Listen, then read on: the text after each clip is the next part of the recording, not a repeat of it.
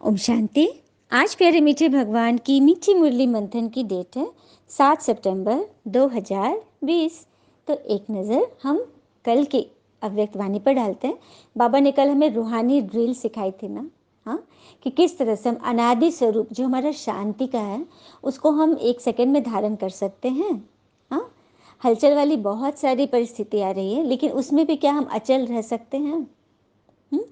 तो उसको बाबा हमें उसकी अभ्यास करा रहे हैं, ताकि अब घर जाने का समय है ना, क्योंकि हम आए थे नीचे, एक्टर आए थे, आत्माएं आई थी नीचे, उनको यहाँ शरीर मिला, वस्त्र मिला और उन्हें पार्ट प्ले किया।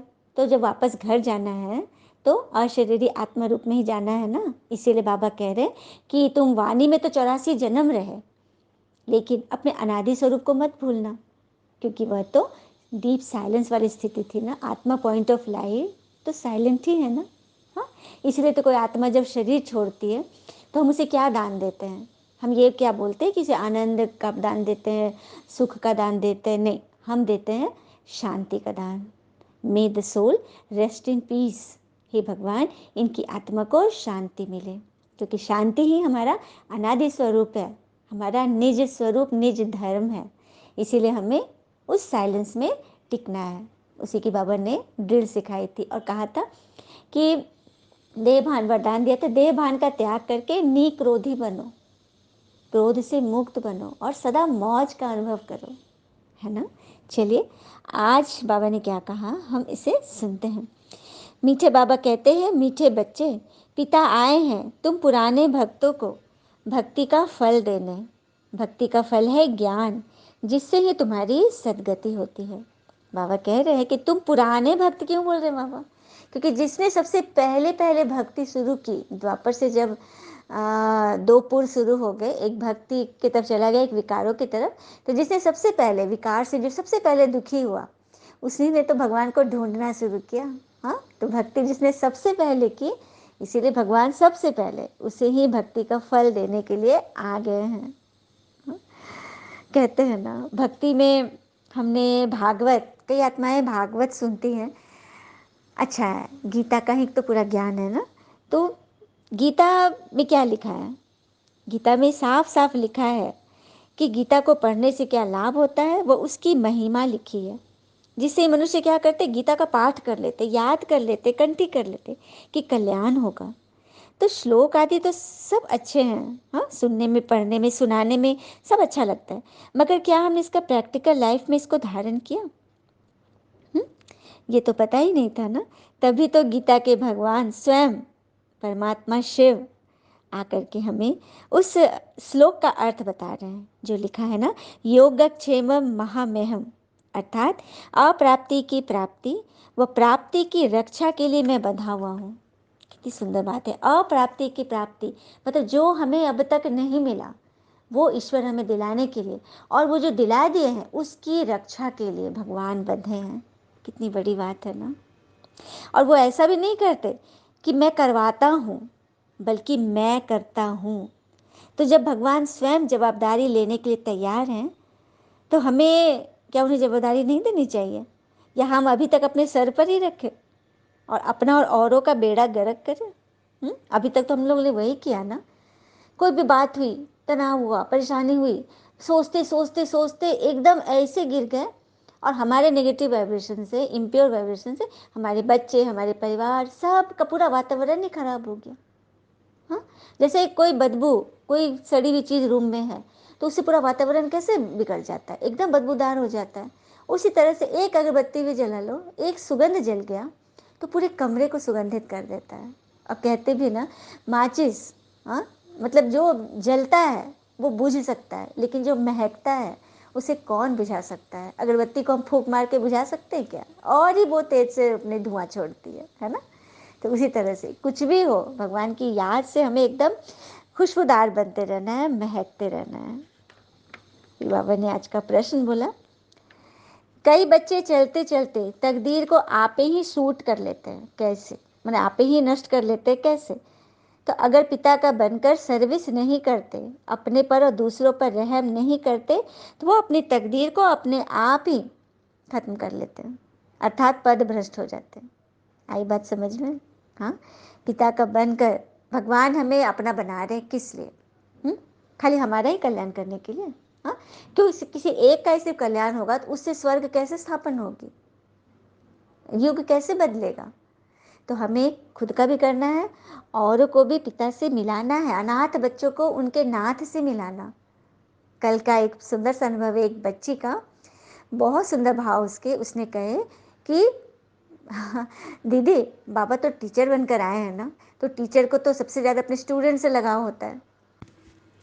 उस बच्ची ने बोला कि बाबा तो टीचर हैं, तो उन्हें अपने स्टूडेंट से विशेष लगाव होगा। तो आज टीचर्स डे के दिन मैं बाबा को उनकी अच्छी स्टूडेंट से मिलाती हूँ, है ना। कितनी बड़ी बात है, भगवान के लिए इतना सोचना, तो क्या भगवान उनकी जवाबदारी नहीं लेंगे? हाँ, भगवान ने तो बोला ना कि मैं हर तरह से तुम्हारी रक्षा करूँगा। और आज की मुरली का गीत है, कौन आया सवेरे सवेरे। तो हमसे मिलने कौन आया है? बहुत सुंदर प्यारा गीत है।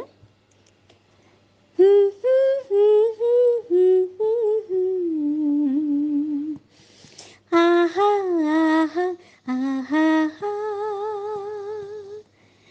ओहो ओहो ओहो, आहा आहा आहा आहा। कौन आया कि निगाहों में चमक जाग उठी, दिल की सोई हुई तारों में खनक जाग उठी, बाबा आया।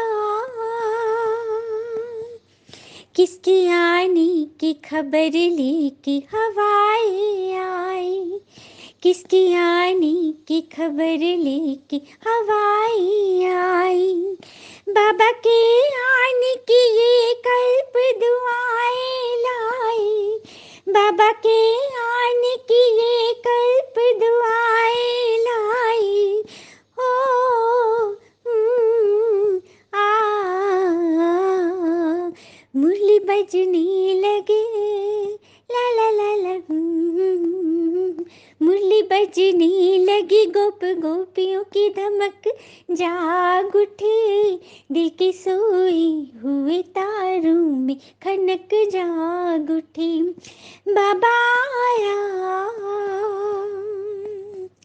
किसने ये मेरी तरफ देख के बाहें खोली, किसने ये मेरी तरफ देख के बाहें खोली, दिल को है भाने लगी अब तो श्रीमती की बोली, दिल को है भाने लगी अब तो श्रीमती की बोली।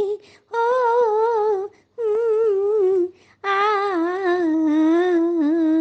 रूह खिलने लगे, ला ला ला ला ला ला ला ला ला, रूह खिलने लगी, तन मन में महक जाग उठी, दिल की सोई हुए तारों में खनक जाग उठी, बाबा आया।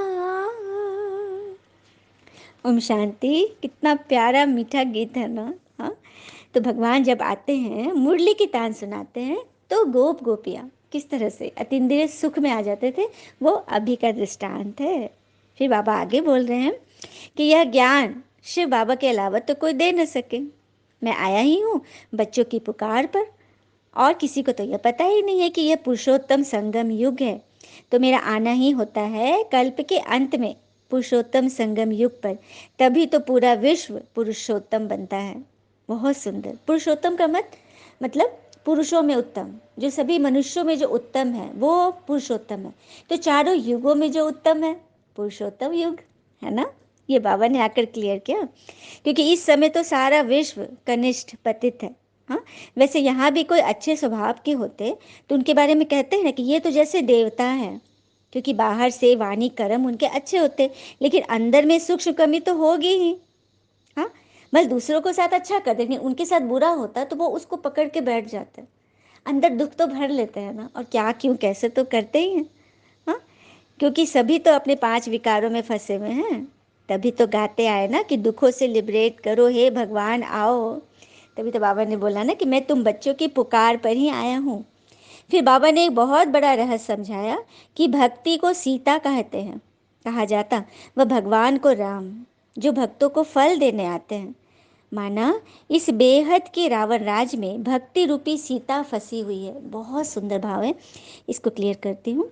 भक्ति रूपी सीता अर्थात भक्ति हम क्यों करते हैं? जब हम दुख में आते हैं, हाँ, ईश्वर को ढूंढने के लिए, या फिर मन बेचैन है, मन की शांति नहीं मिल रही है, तो हम ईश्वर को याद करते हैं। हाँ, तो सीता जी का क्या हुआ था? वो रावण के जेल में कैद हो गई थी। तो यहाँ त्रेता वाले श्री राम जी की बात नहीं है, क्योंकि वे सभी धर्म की आत्माओं का कल्याण नहीं कर सकते। हाँ, वो तो खुद देहधारी है ना, जिनके जन्म और मृत्यु भी हुई है, जबकि भगवान का तो न जन्म होता है न मृत्यु। सही बात है ना। इसीलिए बाबा कह रहे हैं ना कि भक्ति रूपी सीता जब भगवान को याद करती है, करती तो है, भक्ति में हम याद तो करते भगवान को, लेकिन यथार्थ रीति नहीं पहचानते, रास्ता नहीं मालूम, बस नाम जानते और कुछ नहीं। इसीलिए तो हम सभी इस जाल में फंसे हुए थे। बाबा आकर हमें उसी जाल से निकाल रहे हैं। हाँ, भक्ति के फल, बाबा ने बोला ना मीठे बच्चों में, भक्ति का फल ही है। जिसने सबसे जास्ती भक्ति की उसी को भगवान सबसे पहले मिलते हैं। तो सबको बधाई हो कि आपकी भक्ति अब पूरी हो चली है। हाँ, और ईश्वर के बारे में कि वो तो अजन्मा अविनाशी होते हैं, और बाकी सारी बातें तो परंपरा से जड़ी हुई हैं, जिससे हम सीढ़ी और नीचे उतरते हैं, मतलब परंपरा से। अब जैसे कि शास्त्रों में कह दिया गया कि अभी लाखों बरस पड़े हैं कलयुग को। हाँ, अब इसका एक उदाहरण है कि जैसे कोई बच्चा अभी 50 साल का है, और जब वो 7-8 साल का था, तो किसी ने, कोई अंकल उससे मिले थे, उसने उसकी आयु पूछी, 7-8 साल बताया, और वो अंकल राइटर थे। उन्होंने एक किताब लिखी जिसमें इस बच्चे की आयु 7-8 वर्ष लिखा था। हाँ, तो वो किताब तो छप गई। तो 50 साल के बाद में, 7-8 साल में, इतने साल के बाद, तो क्या वो 7-8 ही साल का है? 50 साल का हो गया ना। तो वही बात है, द्वापर में लिखी गई थी, उस वक्त जो लिखा गया वो अभी हम उसको तो नहीं काउंट कर सकते कि अभी भी उतने ही साल बचे हैं। साल तो खत्म होंगे ना। लेकिन बाबा ने तो बहुत अच्छी रीति बताया है कि पूरे 5,000 वर्ष का ये पूरा कल्प है, जिसे 1250, 1250, 1250, 1250 चारों युगों की पूरी गणना है।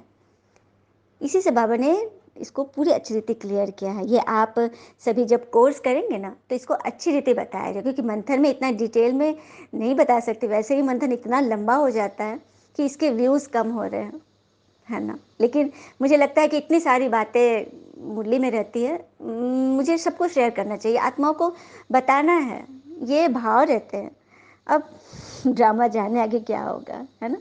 तो वही बोल रहे बाबा कि तुम परंपरा से जुड़ी हुई बातों से बस और इसमें लगे हुए हैं। तभी तो मैं तुम सभी आत्मिक सीताओं को इस रावण की जेल से छुड़ाने आया हूँ। यहाँ मेहनत तो है, क्योंकि आंखों को ही क्रिमिनल से सिविलाइज बनाना पड़ता है। देवताओं के लिए कितने अच्छे कैरेक्टर्स का गुणगान होता है ना, कितने अच्छे कैरेक्टर्स होते हैं। तो ऐसा बनाने वाला तो जरूर चाहिए ना। हमने देवता क्या खुद से बन के इतने अच्छे कैरेक्टर वाले? कोई तो होगा जिन्होंने उसे बनाया है। तो ये बात तो हमने कभी सोचा ही नहीं। तो बाबा आकर सब कुछ बता रहे, जो हमने कभी सोचा ही नहीं, बाबा वो सोचना सिखा रहे हैं, बुद्धि दे रहे बाबा। फिर बाबा ने मानव जीवन में धर्म की आवश्यकता पर समझाया। धर्म आवश्यक तो है, मगर कौन सा, वो कैसे धारण कर रहा है, इसे न समझने के कारण जैसे कि पूरा सूत ही मूंझा हुआ है। ये कहानी हमें बहुत अच्छी रीति इसको क्लियर करेगी। एक बार एक किसान खेतों से लौट रहा था ना, अचानक रास्ते में उसे कोई चमकीला पत्थर मिला, एकदम चमकता हुआ। वो घर आया, अपनी पत्नी को बोला कि देखो ये पत्थर मिला है। बड़ा सा पत्थर था, खूब बड़ा। पत्नी बोली कि अरे वाह, ये पत्थर तो बहुत अच्छा है, चटनी पीसने का काम आएगा। और उस पत्थर से गोलाकार जैसा था, सुंदर, और उससे वो चटनी पीसा करती थी। काफ़ी दिन हो गए, 7-6 महीना हो गए, चटनी पीसी जा रही है उसे। और एक बार की बात है कि उधर से कोई जौहरी उसके घर के दरवाजे से बाहर निकला, और ये बाहर में बैठ कर चटनी पीस रही थी। तो जौहरी ने जो उस पत्थर को देखा, तो पूछा कि अरे ये पत्थर तुम्हें कहाँ मिला? तो पत्नी दौड़ के अंदर गई, पति को बोली कि देखिए देखिए कोई आए हैं, पत्थर के बारे में पूछ रहे हैं। तो किसान भी बाहर निकला, बोला कि जी भैया। तो बोला ये पत्थर तुम्हें कहाँ से मिला? तो बोला अरे ऐसे ही रोड पे मुझे मिला था। तो उसने बताया कि ये पत्थर नहीं है, ये बहुत कीमती मूल्यवान पत्थर है। तुम मुझे इसको दो दो, तो इसके बदले मैं तुम्हें जो मांगो वो दूंगा, इतनी कीमती है। आए बात समझ में? हाँ, कि हमें पता नहीं है कि उसका कैसे यूज़ करना है, क्या उसका मूल्य है। हम बस अपने ही धुन में लगे जा रहे हैं। हाँ, अपने ही बिना जाने पहचाने बस लगे हुए हैं और अपने आप को कहते हैं कि बहुत बड़े धार्मिक हैं, जबकि धर्म के बारे में तो असली सही रीति पता ही नहीं कि धर्म के रचयिता कौन है। सनातन धर्म हमारा है, देवी देवता धर्म, इसके रचयिता कौन है इसका पहचान ही नहीं है। बस हम चटनी की तरह उसे अपने जीवन में अपना रहे हैं और बस चटखारा ले रहे हैं कि हम तो बहुत बड़े धार्मिक हैं। तो अब तक थ्योरी हमने बहुत पढ़ी, अब प्रैक्टिकल करने का समय है। हाँ, किस तरह से हम उसे जीवन में उतारेंगे, यह बाबा हमें बैठ सिखा रहे हैं। तो सबको सीखना है ना। और गीता के बारे में भी कि रामबाण औषधि है, लेकिन औषधि को कितना लेना है, कितने मात्रा में लेना है, किस तरह से लेना है, इसके डॉक्टर कौन है, उसका पता पड़े तब तो। फिर बाबा आगे बोल रहे हैं कि मैं पिता, टीचर, गुरु, सदगुरु तीनों ही रूप में तुम्हारा मार्गदर्शन करा रहा हूँ। तो कितना उनका मान रखना चाहिए ना हमें, क्योंकि भगवान ही स्वयं क्रिएटर, डायरेक्टर, लिबरेटर सब बनकर हमारे पास आए हैं। अच्छा, मीठे मीठे बच्चों प्रति भगवान की नमस्ते। हम बच्चों को भी प्यारे से पिता की नमस्ते। और बाबा दिल से सभी आत्माओं की तरफ से आपको very very very good morning. धारणा के लिए मुख्य सार है, पहली पॉइंट, इस अमूल्य जीवन में पढ़ाने वाले टीचर का बहुत बहुत रिगार्ड रखना है। पढ़ाई में अच्छा होशियार बन सर्विस में लगना है, अपने ऊपर आप ही रहम करना है। दूसरी पॉइंट, अपने आप को सुधारने के लिए सिविलाइज्ड बनना है, अपने कैरेक्टर सुधारने हैं, मनुष्यों को देवता बनाने की सेवा करनी है। मैं आपको सुधारना है, खुद ही स्वयं का टीचर बनना है। कल हमने टीचर्स डे मनाया ना, कितनी अच्छी रीति। तो हम सभी टीचर हैं। भगवान का ज्ञान किसी ने एक दिन भी सुना और किसी को बताया, कुछ भी बात बताई, तो वो समझ लो टीचर बन गया। तो ऐसे सभी टीचर को बहुत बहुत बधाई। हाँ, तो अपने आप को खुद ही सुधारना है ना। चलिए हम सभी अब वरदान लेते हैं। बाबा ने आज हमें कौन सा वरदान दिया है? वरदान है, संकल्प और बोल के विस्तार को सार में लाने वाले अंतर्मुखी भव। संकल्प और बोल को विस्तार से सार में लाने वाले अंतर्मुखी भव। अभी तक हमने काफ़ी विस्तार फैला लिया, काफ़ी कुछ एकदम फैला के रख लिया। अब उसे समेटने का समय आ गया है, क्योंकि बाबा कह रहे हैं ना कि अब घर चलना है। तो घर चलने के लिए उसकी तैयारी तो करनी पड़ेगी। जो हमने सारा कुछ फैलाया हुआ है उसे समेटना तो है। हाँ, तो किस तरह से हम समेटेंगे उसको बाबा ने बताया है, अंतर्मुखी बनो। अंतर्मुखी का अर्थ है, कई आत्मा ये समझेंगे कि किसी से बात मत करो, गंभीर रहो, हाँ, मिलना जुलना मत करो, ये अंतर्मुखी है। नहीं, अंतर्मुखी का अर्थ है हम कोई भी बात हो जाए उसको अंदर ही अंदर चिंतन करें, अंदर ही अंदर परमात्मा को शेयर कर दें। जिस वक्त बहुत हलचल की परिस्थिति है उस वक्त वही तो मेन पॉइंट होता है, जब हमें ईश्वर को याद करना है। बाबा ने बोला है ना कि मैं तुम्हारी प्राप्तियों की रक्षा करने आया। तो हमें जब भगवान ने खुशी दी, शांति दी, आनंद दी, उसकी रक्षा फिर कौन करेंगे? परमात्मा करेंगे ना। लेकिन वो जो बताएंगे, डॉक्टर जो परहेज बताएंगे, दवा बताएंगे, उसे नियम प्रमाण लेना है ना। हाँ, क्योंकि हमारी आत्मा का इलाज हो रहा है। कई आत्माओं के अनुभव भी हैं कि जब से वो ज्ञान सुनने शुरू किए हैं उनके जीवन में कल्याण हो रहा है। वो छोटी छोटी बच्चियाँ इतनी अच्छी रीति ज्ञान को समझ रही हैं कि बात मत पूछो, बड़ी खुशी होती है। तो अंतर्मुखी बनो, व्यर्थ संकल्पों के विस्तार को समेटकर सार रूप में स्थित होना तथा मुख के आवाज के व्यर्थ को समेटकर समर्थ अर्थात सार रूप में ले आना, यही है अंतर्मुखता। देखा, बाबा ने भी वही बोला ना। जो संकल्पों का विस्तार हम किए रहते, जैसे कोई बात, एक छोटी सी बात हो गई, अब देखो मेरे मन में संकल्प विकल्पों की लगता है एकदम ट्रैफिक जैम हो गई। इसीलिए तो समय समय पर traffic control, thought control rules बने हुए। हम सभी बाबा के बच्चे एक समय पर, हाँ, सभी योग करते हैं। जो भी बातें कुछ हो गई अभी थोड़ी देर पहले, तुरंत रूहानी ड्रिल करके ऊपर चले गए या बाबा को नीचे बुला लिए, सारा कुछ शेयर कर दिया और फिर मन हल्का कर लिए। हाँ, किसी और से बताने के पहले, चर्चा करने के पहले हमें चर्चा करनी है बाबा से, परमात्मा से कहें। हाँ, इसी को कहते हैं अंतर्मुखता। विस्तार को सार में समेट लो। नहीं तो कोई देर किसी ने 2 बोला, हम 4 बोले, फिर उसने बोला, फिर हमने बोला, तो कितना विस्तार फैल गया। और सिर्फ उस क्षण का नहीं, कितने दिन तक हमारे मन पर उसका असर रहता है, होता है ना। सबको इसका अनुभव है कि बाद में फील होता है कि काश उस वक्त चुप हो गए होते। कितने रिश्ते टूट रहे हैं, कितने बच्चे बिगड़ रहे हैं, कितने संस्कार खराब हो रहे हैं, इसी वजह से। तो क्योंकि किसी को पेशेंस नहीं है, धैर्यता नहीं है, अंतर्मुखता नहीं है। ऐसे अंतर्मुखी बच्चे ही साइलेंस की शक्ति द्वारा भटकती हुई आत्मा को सही ठिकाना दिखा सकते हैं। बहुत सुंदर। हम खुद अंतर्मुखी बनेंगे तभी तो सामने आने वाली आत्माओं को, हाँ, भटकने से छुड़ाएंगे। क्योंकि सभी भटकती हुई आत्माएं पहुंचने वाली हैं, और लास्ट समय तो एक से एक उनकी दर्दनाक कहानी सुनकर तो मतलब अपना दुख तो कुछ लगेगा ही नहीं, कुछ नहीं लगेगा। हमें लगता है कि हमारा ही वो गीत था ना, दुनिया में कितना गम है, मेरा गम कितना कम है। वही बात है। एक से एक घटनाएं, एक से एक परिस्थितियों में आत्माएं फंसी हुई है। उन सबको दुबन से निकालने के लिए हमें अंतर्मुखी बनना पड़ेगा। अपने ऊपर कल्याण करना, अपने आप को सुधारेंगे तभी तो हमारे से किसी को ठिकाना मिलेगा। ये साइलेंस की शक्ति अनेक रूहानी रंगत दिखाती है।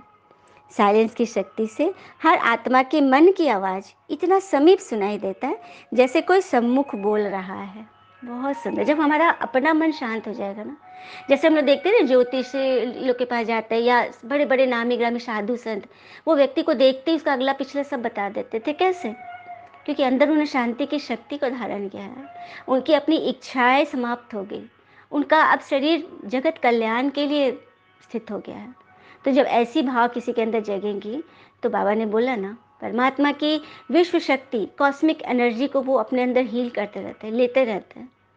और इससे उनके अंदर इतनी शक्ति पैदा होती है कि उस सामने वाले को एक बोल सुनेंगे, उनको देख कर, उनकी दृष्टि में देख कर उनको उसके पूरा बायोडाटा पता चल जाएगा कि कैसा इसका व्यक्तित्व है, क्या इसके साथ कैसा जीवन है। तो ये होती है साइलेंस की शक्ति। तो जब हम डॉक्टर किसी मरीज को अच्छी रीति समझ लेगा तो उसका इलाज अच्छी रीति कर पाएगा ना। तो उसके लिए हमें कितना अपने पर वर्क करना है। हाँ, स्लोगन, स्वभाव संस्कार संबंध संपर्क में लाइट रहना, अर्थात फरिश्ता बनना। फरिश्ता हम लोगों ने कहानियों में सुनी थी कि परियां होती है। बाबा यहाँ हम बच्चों को साक्षात बना रहे हैं। तो क्या करना है उसके लिए? बस स्वभाव संस्कार संबंध संपर्क में लाइट रहना, हल्का। कोई कुछ बोला भी, लेकिन हम तो बलून जैसा ऊपर उठ गए। कल की शिक्षक दिवस में जो कविता थी उसमें था ना कि बाबा से मिलने के पहले माया ने हम बच्चों के आत्माओं के पंख तोड़ दिए थे। हाँ, पंख टूट गए थे, इसीलिए तुम हर परिस्थिति में उड़ने से वंचित रह गए। तो बाबा आकर ये ज्ञान योग के 2 छोटे छोटे पंख हमें मतलब हमारे उगने लगे, हम उससे जुड़ने लगे, पंख हमारे होने लग गए। तभी तो हम कैसे परिस्थिति में उड़ेंगे और उड़ाएंगे। सिर्फ खुद उड़ने तक नहीं रहना है, आत्माओं को उड़ाना है, खुशी में मौज में रखना है ना। अच्छा, ओम शांति। शुक्रिया मीठे बाबा, वो बाबा के प्यारे प्यारे बच्चे। थैंक यू बाबा। All is well always. ओम शांति।